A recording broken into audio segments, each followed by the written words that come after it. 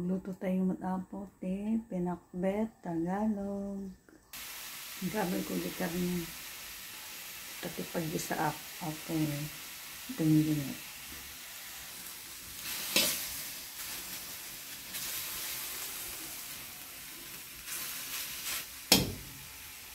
Tapos dalawa. Maganda yan.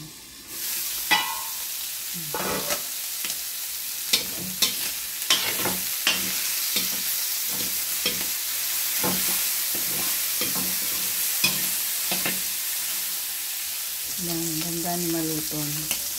Naluton tayo gitetas. Igisa tayo ti bawang kan sibuyas. Sabi tayo bawang.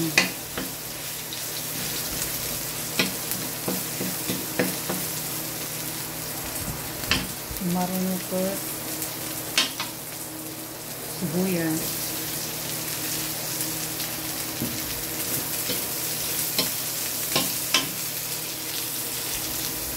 Gisa-gisa lang po mga pangalalasa.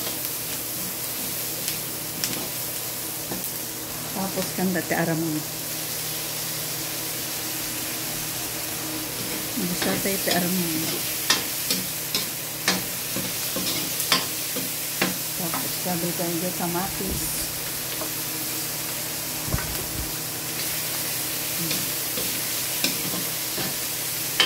Tapos tumalutiktan tayo ti danon.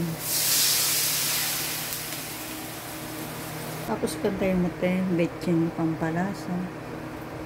Tapos paminta. Kumaran tayo. Tapos kaluban. Mga ilang minuto yan. Lagay na po natin yung gulay. Buksan na po natin. Tapos lagay na po natin yung gulay na kalabasa. Nalagay ko na po yung kalabasa. Mas nauna po kasi medyo matigas na gulay.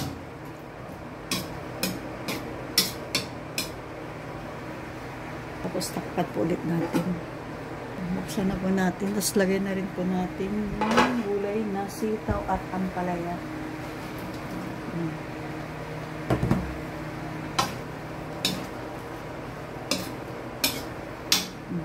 Ano po yung pinakbet Tagalog ni Madam.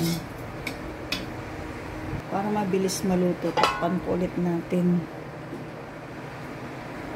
Buksan po natin, tapos halo-haloin natin. Para maluto yung nasa ibabaw. Tapos lagyan po natin ng konting pampalasang bagoong kasi medyo matabang siya. Ayan, luto na po yung pakbet Tagalog ni Madam Ilocana. Kain na po tayo. Ready na po yung ating kanin. Ang sarap. Thank you for watching. Bye-bye. Pakbet Tagalog.